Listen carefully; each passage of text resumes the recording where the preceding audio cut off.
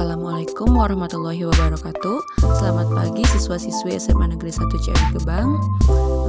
Untuk minggu ini kita akan melanjutkan materi bab 3, yaitu peristiwa-peristiwa penting di Eropa, khususnya mengenai reformasi gereja. Nah, inilah materi-materi yang akan kita bahas. Yang pertama ada kondisi gereja pra-reformasi, yang kedua ada lahirnya Protestanisme, yang ketiga ada dampak reformasi gereja, yang keempat etika Protestan, dan yang kelima reformasi gereja Katolik. Sebelum kita membahas mengenai reformasi gereja, sebelum kita masuk ke materi, kita akan membahas pengertian dari reformasi. Apa itu reformasi? Reformasi berasal dari dua kata, yaitu re yang berarti kembali dan formasi yang berarti bentuk. Sehingga reformasi dapat diartikan sebagai perubahan bentuk atau pembentukan kembali. Sedangkan menurut KBBI, reformasi merupakan perubahan drastis untuk perbaikan baik itu sistem sosial, politik maupun agama dalam suatu masyarakat atau negara. Yang pertama, kita akan membahas mengenai kondisi gereja pra-reformasi, di mana di sini ada konflik antara Bonifasius VIII melawan Philip IV, di mana Bonifasius VIII ini merupakan seorang paus dan Raja Philip IV ini merupakan seorang raja Prancis. Oke, di sini saya menggambarkan konflik di antara keduanya menggunakan garis waktu ya. Jadi yang di atas itu merupakan kebijakan ataupun hal-hal yang dilakukan oleh Raja Philip IV, dan yang di bawah itu merupakan kebijakan atau hal yang dilakukan oleh Bonifasius VIII. Nah, awalnya Raja Philip IV ini mengeluarkan dua kebijakan, yakni memusatkan kekuasaan ke tangan raja. Hal ini dilakukan untuk memperkuat negara, di mana paus tidak boleh terlibat di dalam kenegaraan. Dan kebijakan yang kedua adalah kaum klerus wajib membayar pajak. Kaum klerus di sini adalah kaum rohaniawan ya. Kedua hal ini bertentangan dengan tradisi yang telah ada berabad-abad di Eropa, bahwa klerus ini tidak perlu untuk membayar pajak. Hal itulah yang memancing Bonifasius VIII terlibat konflik di antara keduanya. Kemudian Bonifasius VIII mengeluarkan bula. Bula adalah surat keputusan. Surat ini dibuat untuk menanggapi kebijakan Philip tadi ya. Surat keputusan ini bernama Clericis Laicos, di mana di dalamnya itu melarang semua raja untuk memungut pajak kepada kaum klerus tanpa persetujuan paus. Kemudian Philip IV membalas lagi bula tersebut dengan melarang masyarakat memberikan derma dalam bentuk apapun ke Roma. Derma itu bisa diartikan sebagai sedekah lah ya untuk Roma. Karena kebijakan ini, Roma hampir saja mengalami krisis, tapi belum mengalami, hanya hampir gitu. Dan untuk menanggapi hal tersebut, Paus Bonifasius VIII mengucilkan Raja Philip IV. Setelah itu, untuk menanggapinya, Raja Philip IV ini melarang adanya pengiriman emas, perak, batu-batu berharga, dan juga makanan ke Roma. Selain itu, kemudian Raja Philip IV juga mengusir para rohaniawan yang merupakan utusan dari Bonifasius untuk mencari dana dalam membiayai perang salib yang terjadi pada tahun 1095 sampai 1291. Kebijakan Philip tersebut mengakibatkan krisis keuangan di Roma. Jadi di Roma terjadi krisis keuangan. Nah, untuk mengatasi krisis keuangan tersebut, Paus Bonifasius mengumumkan bahwa pada tahun 1300 merupakan tahun jubile. Apa sih tahun jubile ini? Tahun jubile ini merupakan tahun khusus untuk pengampunan dan penghapusan dosa. Hal ini dilakukan Paus dengan cara menjual surat indulgensi atau surat pengakuan dosa, di mana masyarakat membeli surat tersebut dan membayarnya dengan derma. Karena penjualan surat indulgensi ini, Roma berhasil lolos dari krisis keuangan dan menyebabkan uang melimpah kembali di Roma.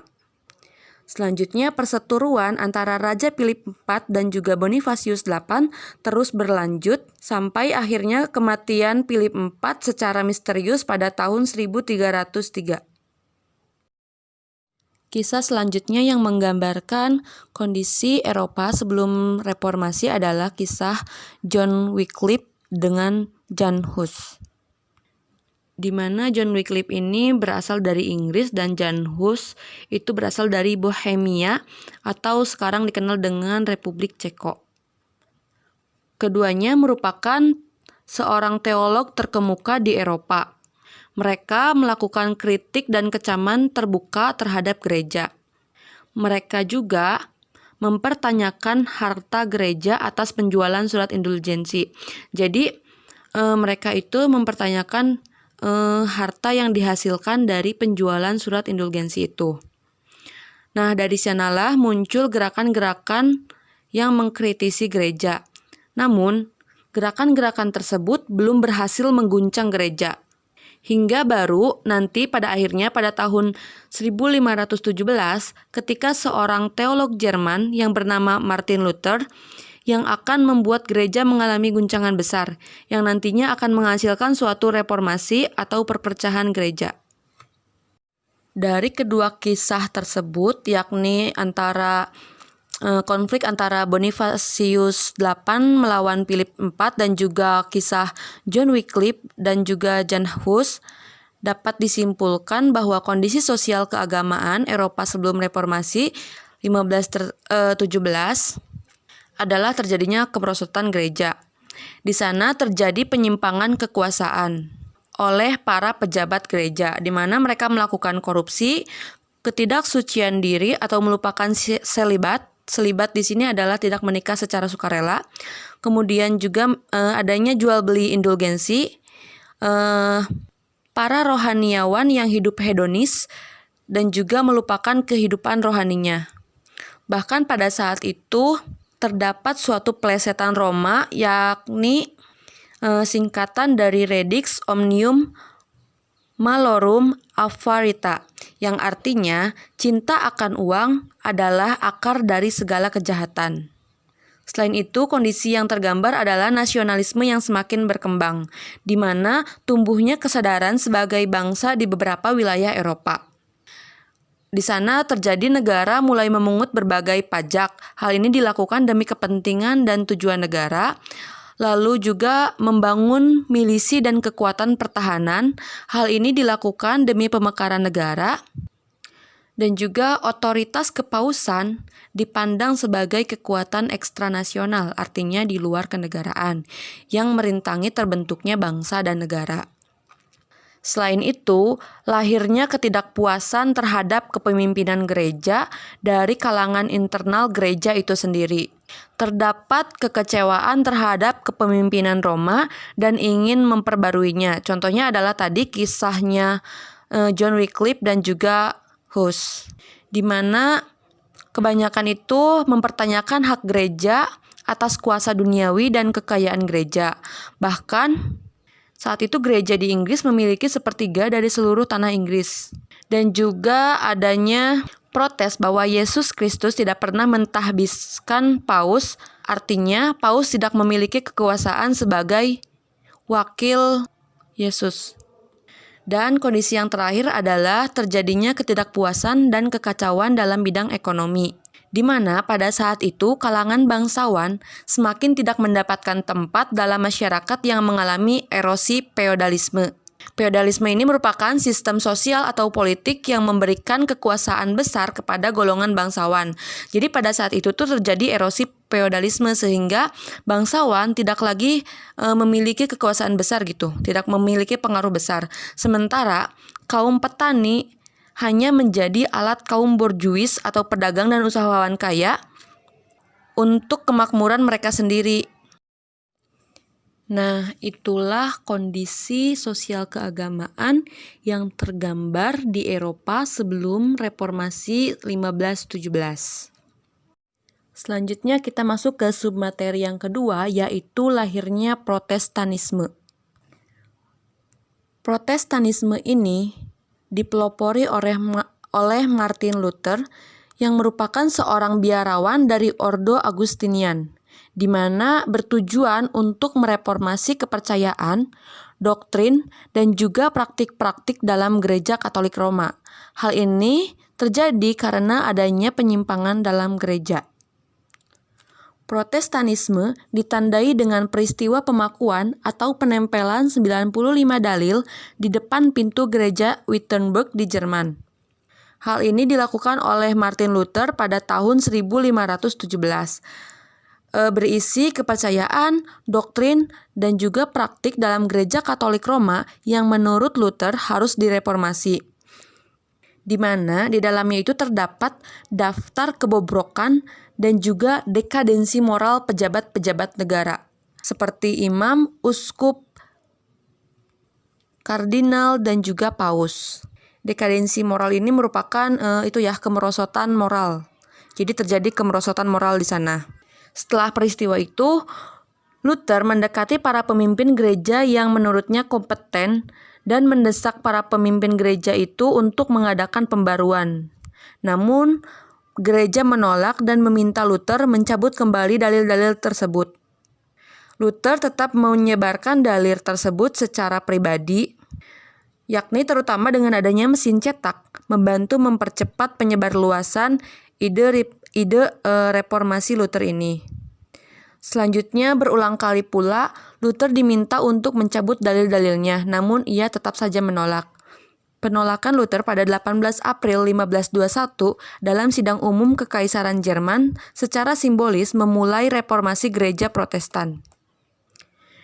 Di dalam reformasi gereja ini juga menolak kehadiran paus dalam kekuasaan negara, sehingga kepausan ini dianggap sebagai kekuatan ekstranasional atau di luar kenegaraan. Kemudian juga menentang anggapan bahwa Alkitab hanya boleh dibaca dan ditafsirkan oleh para rohaniawan. Di sini Luther menjunjung tinggi kebebasan individu dan juga kesetaraan. Menurutnya, semua orang yang mengimani Katolik sebagai agamanya berhak membaca Alkitab.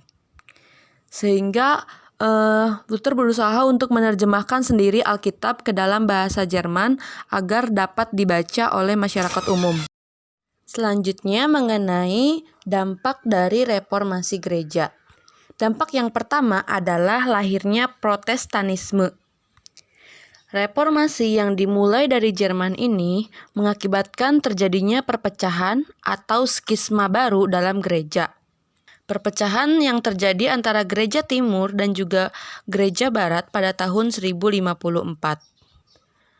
Adanya perlawanan yang kuat terhadap gereja Katolik Roma kemudian mendorong para pengikut Luther untuk mendirikan gereja sendiri. Hal ini untuk melepaskan diri dari gereja Katolik Roma. Itulah yang disebut dengan Protestanisme. Dampak yang kedua adalah menguatnya fungsi negara. Ini merupakan salah satu gagasan dari Luther yang menggugat kedudukan paus sebagai penguasa sekuler, di mana paus ini membawakan kaisar-kaisar dan raja-raja vasalnya di Eropa. Nah, menurut Luther, paus harus mengakui kekuasaan para pangeran atau penguasa sekuler berdasarkan prinsip-prinsip kenegaraan yang berdasar nasionalisme. Hal ini menyebabkan maksudnya Luther mendapatkan dukungan dari penguasa lokal, yakni dari para pangeran-pangeran, dari para raja-raja. Gagasan ini kelak akan melahirkan federalisme, nasionalisme, dan juga separatisme yang mengakibatkan Kekaisaran Romawi Suci perlahan-lahan runtuh dari panggung Eropa.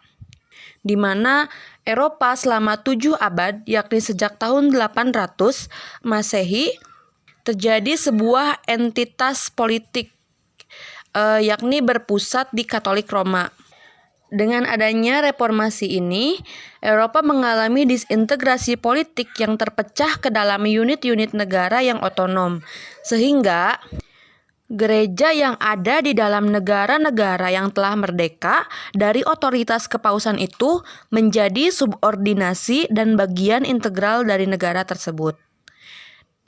Dampak yang ketiga adalah lahirnya gereja Anglikan atau Anglikanisme di Inggris pada abad ke-16. Hal ini merupakan lebih ke masalah politik dibandingkan teologinya.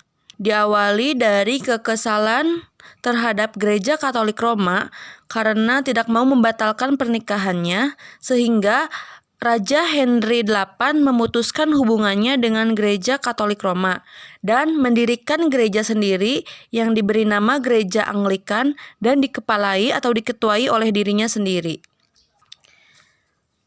Selanjutnya, dampak yang keempat adalah adanya reformasi dan demokrasi. Gagasan inti yang lain daripada reformasi Protestan ini adalah kebebasan individu dan juga kesetaraan, di mana kebebasan individu ini dapat dilihat dari penolakan Martin Luther atas otoritas Paus, termasuk atas kekuasaan sekuler. Dan untuk perjuangan kesetaraannya nampak jelas dari kritik tajamnya Martin Luther terhadap hierarki gereja. Luther mengatakan setiap orang Kristen adalah manusia yang bebas sejak dilahirkan. Kebebasan individu itu dipraktikkan dalam penafsiran terhadap kitab suci. Menurut Luther, setiap individu memiliki hak untuk membaca dan menafsirkan kitab suci. Hal ini didasarkan karena pada abad pertengahan terdapat anggapan bahwa kitab suci hanya boleh dibaca dan ditafsirkan oleh para rohaniawan atau hanya oleh para klerus saja, tidak oleh masyarakat umum. Dan dampaknya yang terakhir adalah terjadinya perang 30 tahun. Perang ini merupakan dampak negatif dari adanya reformasi gereja. Perang ini terjadi di Jerman dan Inggris pada tahun 1618 hingga 1648. Perang ini selain didasari masalah keagamaan, juga didasari atas persaingan antara dinasti Habsburg dan juga dinasti Valois di Prancis, sehingga terjadi perang Habsburg-Valois. Dalam hal ini, kaum Katolik Prancis mendukung pihak Protestan di Jerman. Perang ini kemudian mengakibatkan terjadinya musibah kelaparan dan juga adanya wabah penyakit yang sangat mengerikan. Perang ini diakhiri dengan Perjanjian Perdamaian Westphalia pada tahun 1648. Nah, berikut merupakan isi dari Perjanjian Perdamaian Westphalia pada tahun 1948. Yang pertama, adanya pengakuan atas kedaulatan tiap-tiap negara atau kekuasaan nasional. Artinya, perjanjian ini meletakkan dasar penentuan nasib sendiri suatu bangsa. Jadi, suatu bangsa dapat menentukan nasibnya sendiri. Lalu, yang kedua adalah adanya pengakuan atas kebebasan beragama di tiap-tiap negara. Dalam hal ini, Protestan dan Katolik dinyatakan setara di mata hukum. Dan terdapat aliran yang bernama Calvinisme diakui juga secara resmi. Kemudian, isi perjanjian yang ketiga adalah pengakuan atas prinsip culus regio eius religio. Prinsip ini berarti setiap negara yang berdaulat berhak memutuskan sendiri agama resmi mereka. Terdapat beberapa pilihan seperti Katolisme, Lutheranisme, Calvinisme, dan juga lainnya. Dan di luar ketiga pilihan tersebut, bagaimana Nah, di luar ketiganya, masyarakat diberikan kebebasan untuk menjalani keyakinannya masing-masing. Nah, itulah kelima dampak langsung daripada reformasi gereja. Selanjutnya adalah etika Protestan. Reformasi tidak hanya berkaitan dengan doktrin, dogma, otoritas paus, ataupun konsep kekuasaan semata. Reformasi juga ternyata membawa dampak yang sangat besar bagi masyarakat modern hingga saat ini. Dampak itu berupa etika Protestan, yaitu daya penggerak di belakang layar yang mendorong perkembangan kapitalisme. Dalam hal ini terdapat hubungan antara Protestanisme dan kapitalisme yang bersifat tidak langsung. Kenapa tidak langsung? Karena Martin Luther maupun para pengikutnya seperti John Calvin dan Ulrich Zwingli tidak pernah mendorong secara eksplisit kapitalisme. Hubungan ini merupakan hasil analisis dari Max Weber yang merupakan seorang sosiolog Jerman yang dalam bukunya yang berjudul Etika Protestan dan Semangat Kapitalisme. Dalam bukunya tersebut, Weber mengatakan bahwa kapitalisme berkembang ketika etika Protestan, khususnya aliran Calvinis, memengaruhi sejumlah orang untuk bekerja dalam dunia sekuler, mengembangkan perusahaan mereka sendiri, serta turut serta dalam perdagangan dan pengumpulan kekayaan untuk investasi. Nah, itulah etika Protestan.